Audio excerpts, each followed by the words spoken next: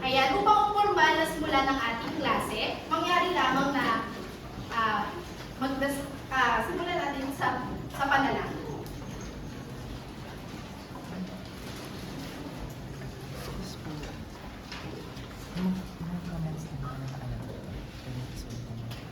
Pwede.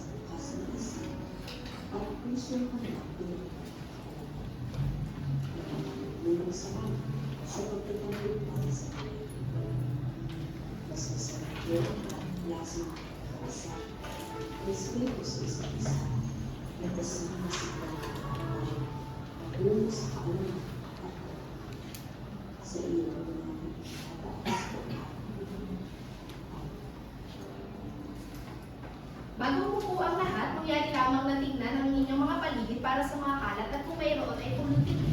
At kung wala naman ay maaari mag-inom.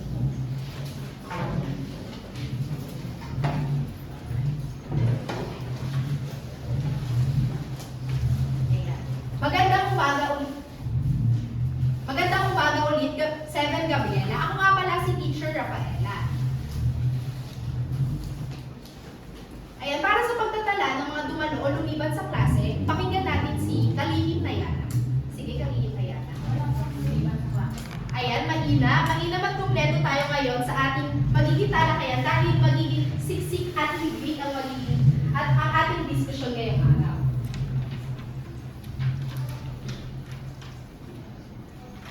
Ayan, para sa mga alituntunin sa silid-aralan, maaari mo bang basahin, anong pinakapangalan? Nicole, maaari mo bang basahin ang ating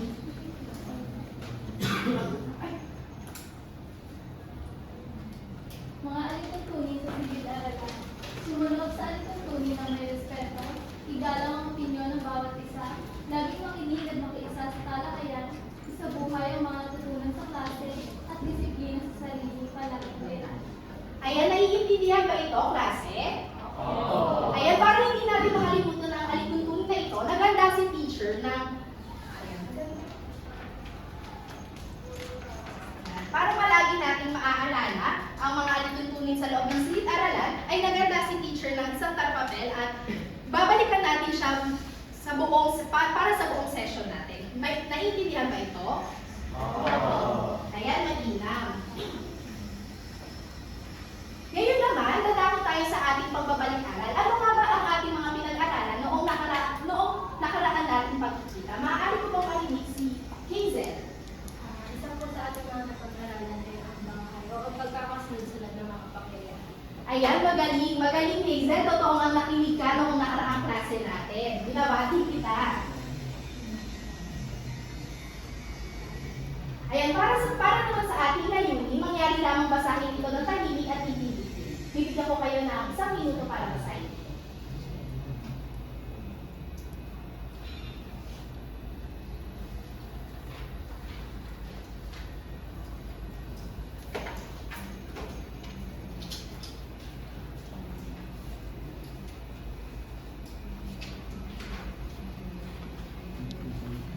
Ayan, nabasa na ba ng lahat ang layunin natin ngayong araw?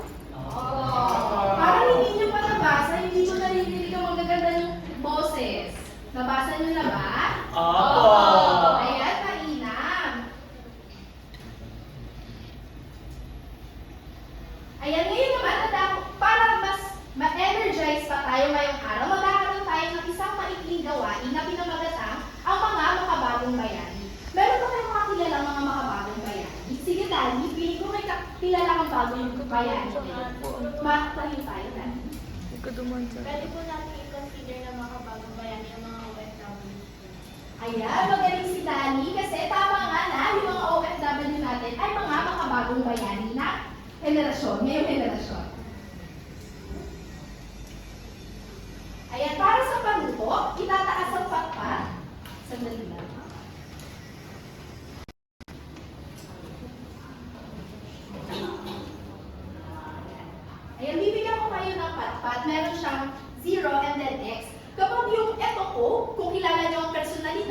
nasa larawan at X naman kung hindi.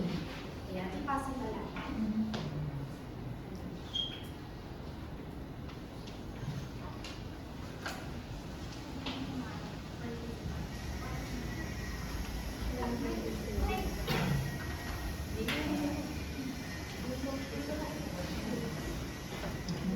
Mayroon na ba ang lahat ng patpat? Kumpleto na ba? Ayan, magaling. Ayan, ulit sa ating paluto, itataas ang etong patpat kapag kilala nyo ang nasa larawan ng X naman kung hindi.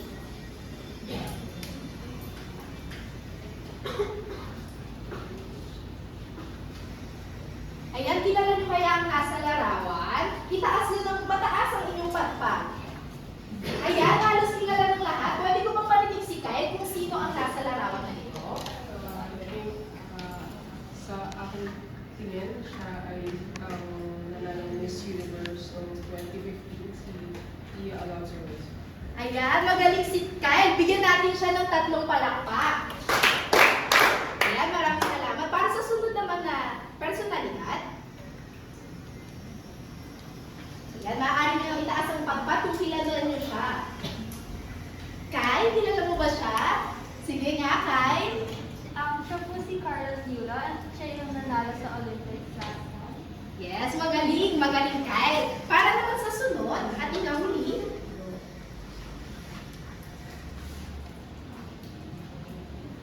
Ayan, magaling ang 7 Gabriela kasi kilala nilang lahat. Sige nga, sabihin natin kay Dali. Sige Han, si Dali kasi ay hindi niya kilala ang nasa larawan. Maaari mo bang sabihin sa kanya kung sino ito? Yan po si Heidi Diaz, siya yung nanalo ng gold noong 2021 o 2022. Ayan, ang galing ni Hans. Ngayon ba, Dali, kilala mo na siya? Ayan, magaling. Sa tingin nyo, sa tatlong larawan na aking pinakita kanina, ano ang pagkakatulad ng mga taong ito? Sige, Dani. Lahat po sila merong achievement na napagtagumpay siya. Ayan, magaling. Nakuha agad ni Dani. Unang talong pa lang nakuha niya na sila yung mga tao o mga makabagong bayani ng Pilipinas na nagbigay ng karangalan sa ating bansa. Ngayon naman, upang mas mapalalim pa ang ating naging paganda, meron pa akong hinandang gawain. Magpapanood si teacher ng isang maikling video clip. Ayan, ito ang paglalakbay ni Don Juan sa bundok Tabor. Habang pinapanood ay makinig at tahimik lamang tayo, ha? Okay ba ito, 7 Gabriela? Ayan, magaling.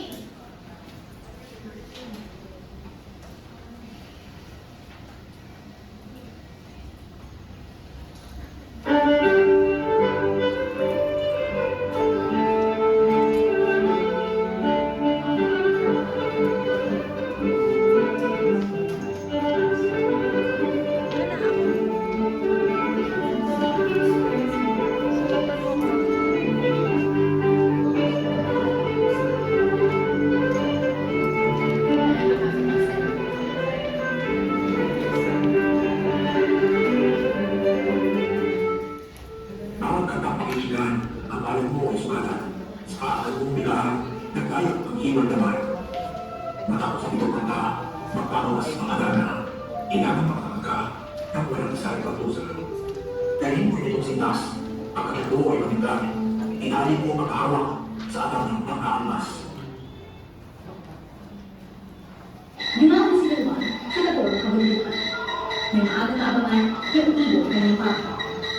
Ngunit hindi nalagyan sa ganitong paghihintay at kanilang naganawan ang adami ay lumalagan. Pagkalagay ng husay ng kanyang buong katawan, ang pagkakaisiyo ng hindi ay lumilipid. Nagutso ng magulo, si Benwang ay lumulog. Ang babae ay dinukot at ang pala ay nasayos.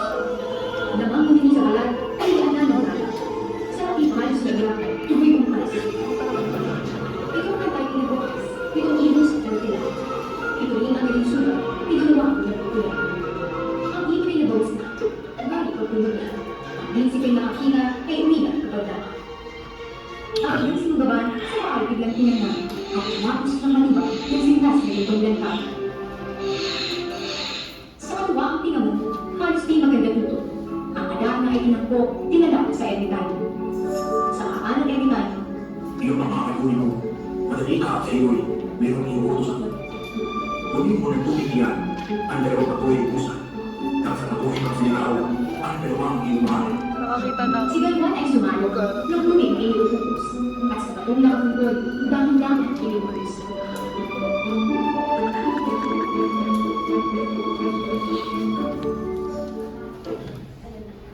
Ayan, napanood ba ng lahat at nakinig kayo ng mabuti sa mahiging video clip na ito?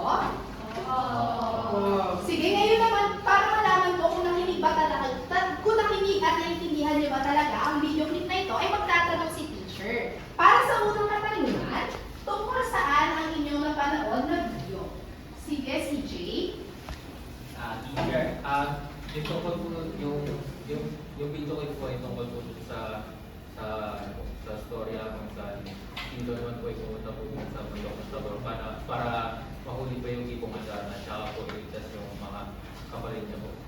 Magaling CJ. Tama si CJ kasi ang video clip na iyon ay ang paglalakbay ni Don Juan mula papunta sa bundok Tabor upang hulihin ano ang hulihin niya? Ibong Tama. Sa tingin niyo naman, ano-ano ang mga naging hamon sa kanyang paglalakbay?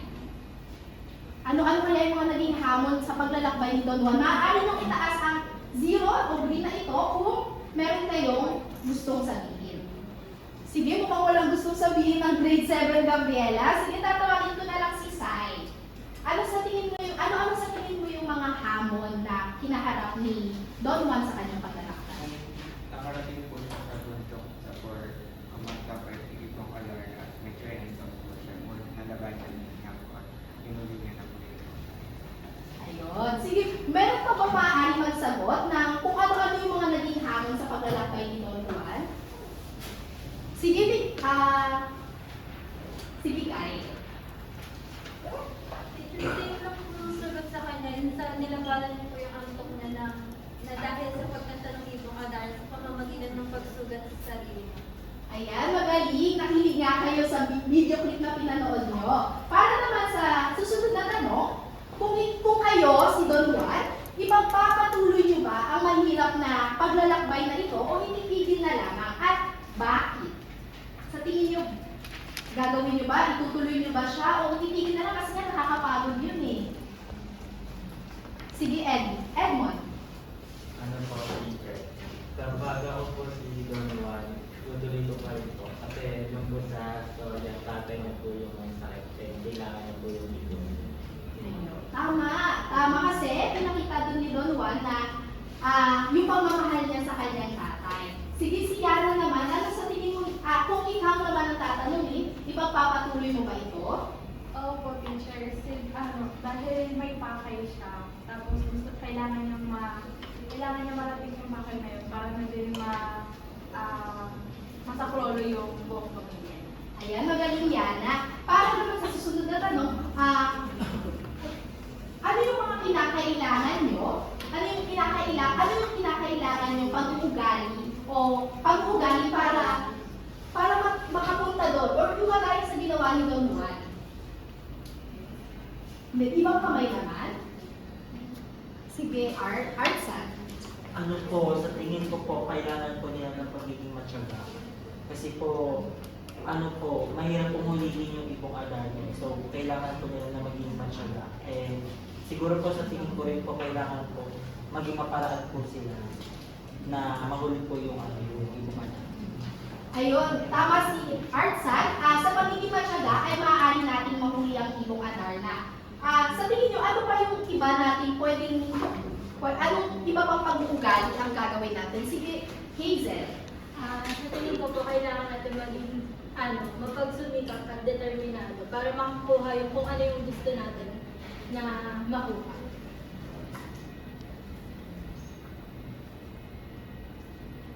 Ayan, determinado o kung magiging isa siyang ang tatawag natin siyang determinasyon. Kailangan mayroon tayong determinasyon sa paglalakbay dahil kagaya nga ng sinabi ni Artsan, kapag wala tayong pagtsatsaga para tapusin ito, patapusin ang paglalakbay ay hindi mauhuli yung ibong Adarna at hindi matutulungan ni Don ligawan ang kanyang ama.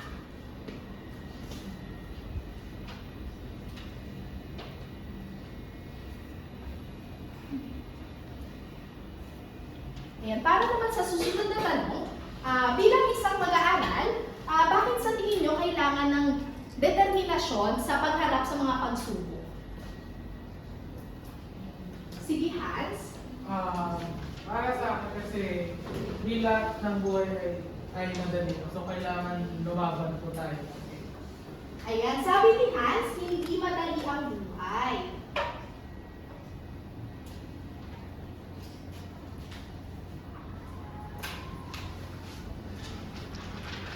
Ayan, hindi madali ang buhay kung kaya kailangan magkaroon tayo ng determinasyon na tapusin o harapin yung mga pagsubok na ito at tapusin ito. Para naman sa huling tanong,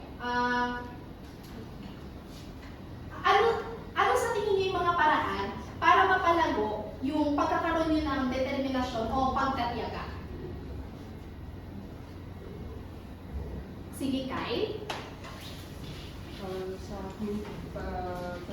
Sa aking tingin, isang paraan para isang buhay natin yung maging determinado sa pagharap sa mga pagsubok is pagmamahal sa sarili. Dahil hindi mo magagawa ang mga bagay na, o hindi mo magagawa ng kalabanin ang mga pagsubok kung ikaw sa sarili mo is hindi mo malabanan yung, hindi mo maunawaan kung ano ba ang meron ka, kung mahal mo ba ang sarili mo.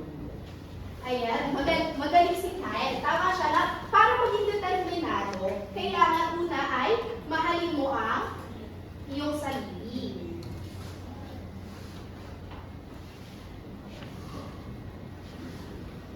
Dahil sabi nga ni Kyle, kung hindi mo mahal yung sarili, hindi mo maiintindihan kung bakit nga ba kailangan ko maging determinado, bakit kailangan ko magtiyaga para matapos ang isang bagay, ganon. Para naman sa susunod,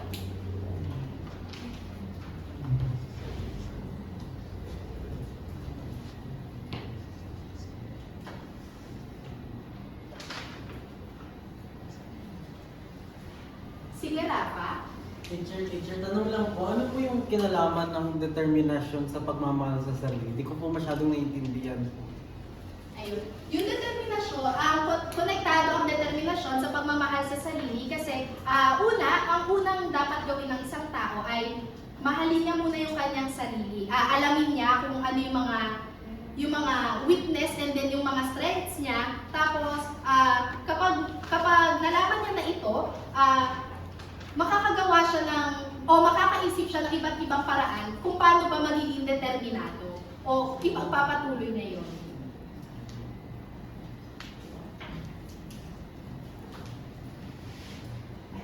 Ayun pa. Para sa balangkas ng aralin, maaari bang basahin ang una?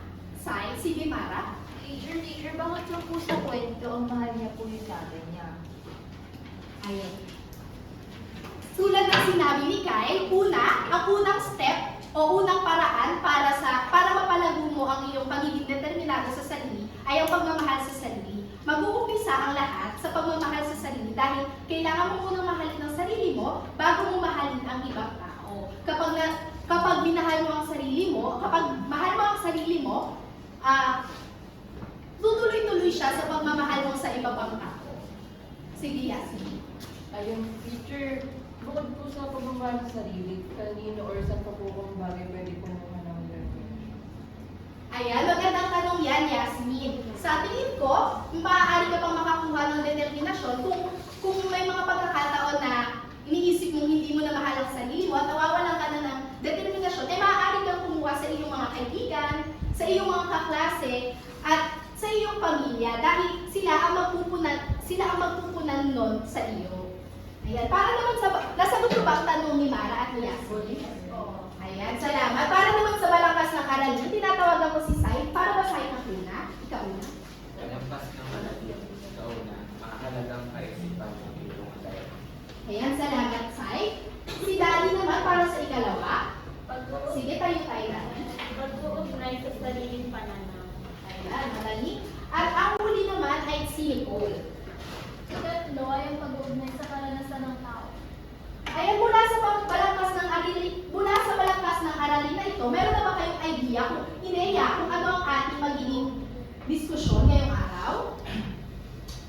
Meron na ba kayong ideya o meron na bang parang nag-hint na ba sa inyo yun, yung mga balangkas ng karelin na ito? Edmond, ikaw meron ka na bang naisip? Wala pa po. Ayun, okay lang yun, Edmond. Okay lang na wala pa tayo naisip kasi sa pagtagal ng ating talakayan ay mabubuo ito. Mabubuo yung ideya na iyon. At sige, Yana. Meron ka bang naisip?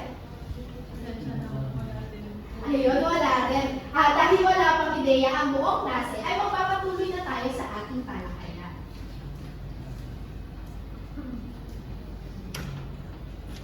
Ang mahalagang kaisipan ng Hipong Adarna. Unang mahalagang kaisipan ng Hipong Adarna ay ang pagpapahalaga sa pamilya. Makikita natin ang pagpapahalaga sa pamilya sa ginawa ni Don Juan na paglalakbay upang hulihin ng Hipong Adarna dahil sa pagmamahal niya sa kanyang ama at sa kanyang pamilya ay nagsumikap at nagtiyaga siya na hanapin nga yung Hipong Adarna. Sa pamamagitan nito, sa ginawa niya iyon, makikita yung mataas na pagpapahalaga niya sa kanyang pamilya at yung pagtanaw ng utang na loob niya. Sa ikalawa naman, pagpapatawad. Sige, maaari ko pang marinig si Hans. Pakibasa, Hans. Patawad sa kabila ng pagtataksil ng kanyang mga kapatid na sina Don Pedro at Don Diego, ipinakita ni Don Juan ang pagpapatawad at pagmamahal bilang isang mabuting kapatid. Ayan, maraming salamat, Hans. Sige, Kyle. Kyle, nagawa mo na bang magpatawad? Oo. Sa paanong paraan o kanino? Siguro po pag may nakakasakit sa atin, lalo na ngayon na mas ito ay madalas nangyayari pag tayo nakakasabi ng isang hindi intentional ba, hindi man intentional sa isang tao na at ito ay nakasakit sa kanila na hindi natin alam. So ito dito sa paraan na to, dito natin magagawang magpatawad at humingi ng tawad. Ayan, maraming salamat kay. Nakikita natin kay Kyle na nasa buhay niya na agad. O meron na siyang pagpapatawad sa kanyang katawan. Meron na siyang pagpapatawad. Ayun, nasabanggit ni Kyle na kapag may nakakasakit sa kanya, ay nagpapatawad siya dahil sa tingin, tama ba ako na dahil din sa pagmamahal yung pagpapatawad mo? Ayun, tama. Ayun, dahil sa pagmamahal ni Kyle, sa nakasakit sa kanya, ay nagagawa niya pa rin itong patawarin. Sunod naman ay ang determinasyon. Sige, maaari ko marinig si Kyle. Si Kyle na nasa kabila. Sa kabila ng mga pagsubok at paghihirap, ipinakita ni Don Juan ang katatagan at determinasyon upang makamit ang kanyang mga layunin. Ayan, maraming salamat, Kyle. Sa tingin niyo ba, klase, meron kayong determinasyon na kagaya ni Don Juan? Sige, Artsan. Yes po, meron. Sa paano paraan mo napapakita yung determinasyon o pagiging determinado? Ayun po, pinapakita ko po yung pagiging determinado ko sa pagpasok sa school araw-araw. Kasi po gusto ko po makapagtapos sa pag-aaral. Ayan, sana kagaya tayong lahat. Sana lahat ng nasa klase ito ay kagaya ni Artsan na determinado makapagtapos ng pag-aaral dahil sa tingin ko dahil mahal niya ang kanyang pamilya. Tama ba ko, Artsan? Dahil mahal niya ang kanyang pamilya, determinado siyang tapusin ang kanyang pag-aaral upang maibalik yung utang na loob na makapagbalik ng utang na loob sa kanyang pamilya. Para naman sa sunod, ano naman ang matututunan natin mula sa Hipong Adarna? Sige, CJ. Ano sa tingin mo yung mga matututunan natin aral mula sa Hipong Adarna?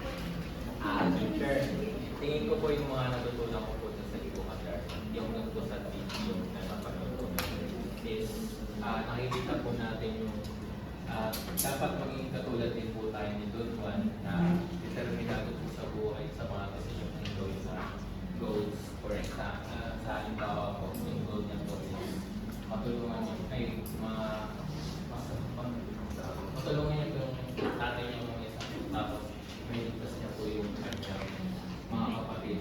So, dahil sa nagagawin mo na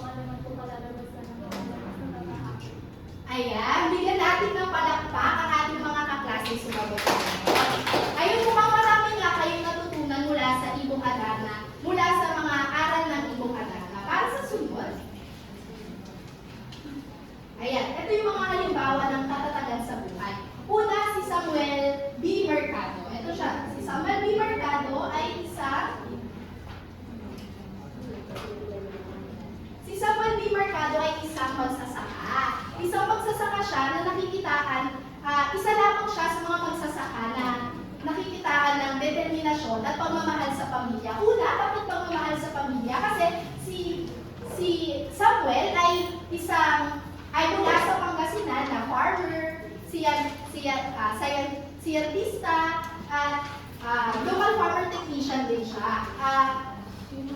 Ayon sa isang artikulo na aking nabasa, si Samuel ay napagtapos niya na ang kanyang anak sa kolehiyo. Ang dalawa niyang anak sa kolehiyo, isang midwife, alam mo midwife, kasi isa,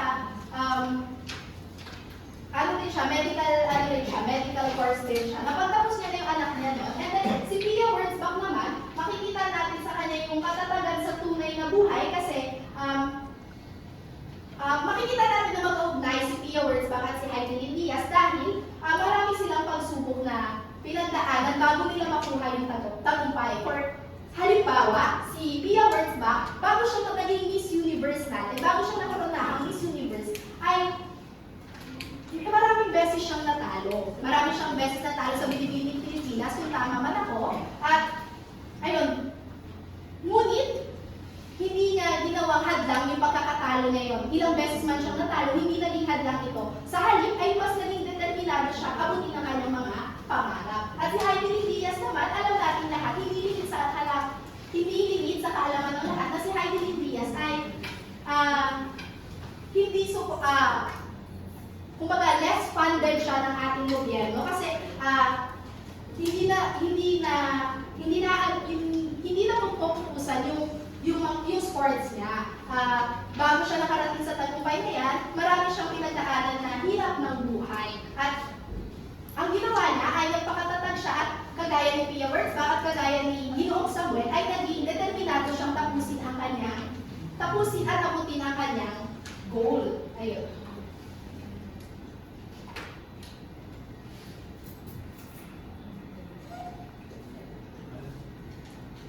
Ayan, ngayon naman, bago tayo pala dumako sa ating gawain na ito, ay tatanungin ko muna kayo kung sino sa tatlong ito ang pinaka nagre-resonate kayo.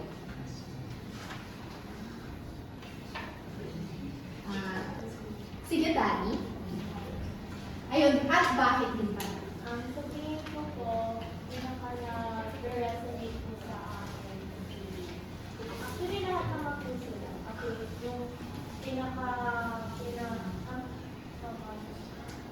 yung pinaka-common po is, meron po silang hardships na pinagdaanan bago po sila nagtagumpay. Which is very similar na sobrang nakaka-release po kasi bilang estudyante po ngayon, parang, halimbawa po ngayon sa learning school, parang halimbawa po ngayon, parang ang dami mo kailangan gawin o tapusin, tapos may mga times na nababagsak po sa quizzes, pero parang at the end of the day po, matatapos po na.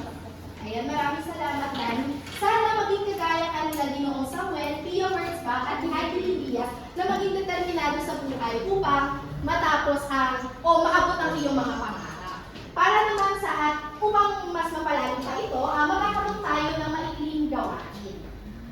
Ayan, para sa panuto, maaari mo bang basahin, Sai? Panuto, magsulat ng isang maikling salaysay batay sa hindi ng katanungan. Alin sa mga sumusunod na mahalatang kaisipan mula sa iyong adal na ang iyong mayuunay sa sariling palalasan, paliwanag, mahalagang kaisipan, determination sa pagpapawag ng pamahal sa pamilya. Ayan, maraming salamat, Sai. Naiintindihan ba ng lahat ang ating panuto? Ayan, mainam. Sige po, maaari na kayo kumuha ng inyong papel at ballpen para magsimula-sumulat ng isang maikling sanaysay. Para naman sa rubric na ito, para magabayan kayo, ito ang ating rubric. Ayun, meron tayong 3 minutes para tapusin ang maikling sanaysay na ito.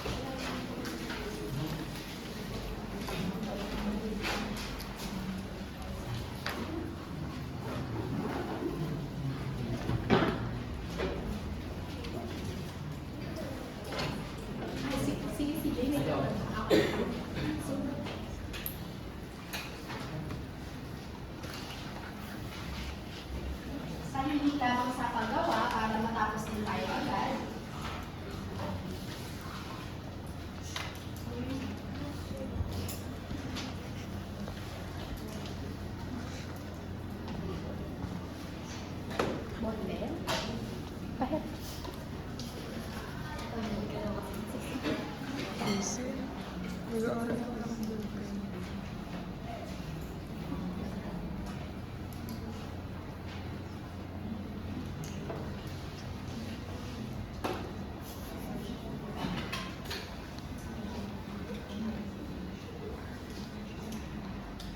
na lamang kayong 2 minuto.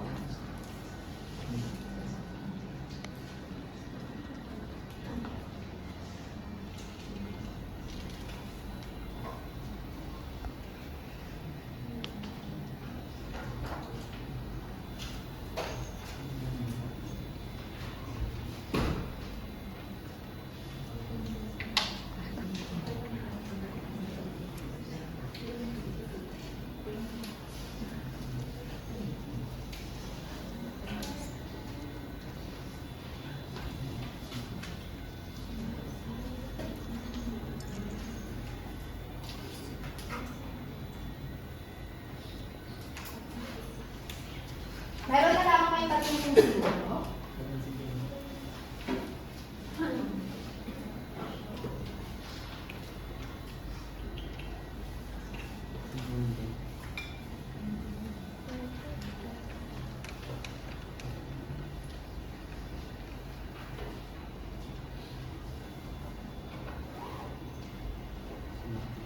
Ayan, tapos na ang ating 3 minuto. Makipasa ang inyong mga papel sa pakanan